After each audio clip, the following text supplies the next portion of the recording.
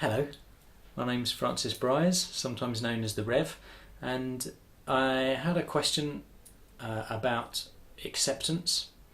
Well, I'd had several questions about acceptance, and I made a short video about acceptance, and in that I mentioned attachment and how attachment creates a conflict that makes accepting life difficult. And I didn't want to go into it in too much depth because these videos are meant to be brief, but I thought I'd do another video about attachment. So my ideas about attachment are derived mostly from Buddhism and Taoism, but there's one particularly wonderful way of explaining about attachment, detachment and non-attachment that I got from one of my early martial arts teachers, a wonderful guy called Steve Rowe. And Steve used to talk about attachment in these terms. So if I've got a bunch of keys, if I hold these keys like this, I'm really attached to them. I'm not going to let them go. But if I then try and let them go, now I'm detached from them. I have no connection with them. And that's actually not ideal either. I want my keys.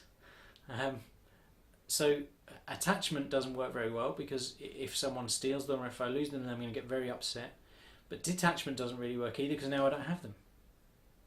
So I'm just going to pick up my keys because I do want them. So the other possibility, the kind of magical third possibility, because often in life we can think in a slightly polarised way of if I'm not attached, then I'm detached. Surely it's one thing or the other. Or in relationships, if I'm not dependent on someone, I have to be independent, which I mentioned this in the video I made about relationships. If I'm not dependent on someone, then I must be independent. And actually there's usually a third option. So in relationships it's interdependence. And like I say, there's a video on that if you want to watch it. Happiness and conscious relationship.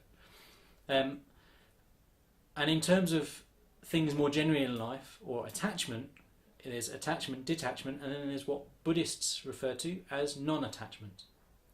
So the way that would look with these keys is this. That I still have the keys in my hand, but I'm not holding on to them tightly. Neither do I throw them away. So this is like non-attachment. This is like a metaphor of non-attachment. And I think this is a wonderful perspective to have in mind in my life. It helps me have a reserve of capacity to allow things to come and go. If I can practice non-attachment, if I can find ways in myself to practice this concept, practice this feeling, this embodied notion and state of non-attachment, then when good things come, I can welcome them. And when they go again, I can send them on their way with a smile. And when bad things come into my life, I can welcome them. Because these things happen. I can just accept them. I can go, yes, okay, that's happening. And then when they go again, I can send them on their way with a smile. Now, I'm not saying I'm perfect at this. It's a tough thing to learn.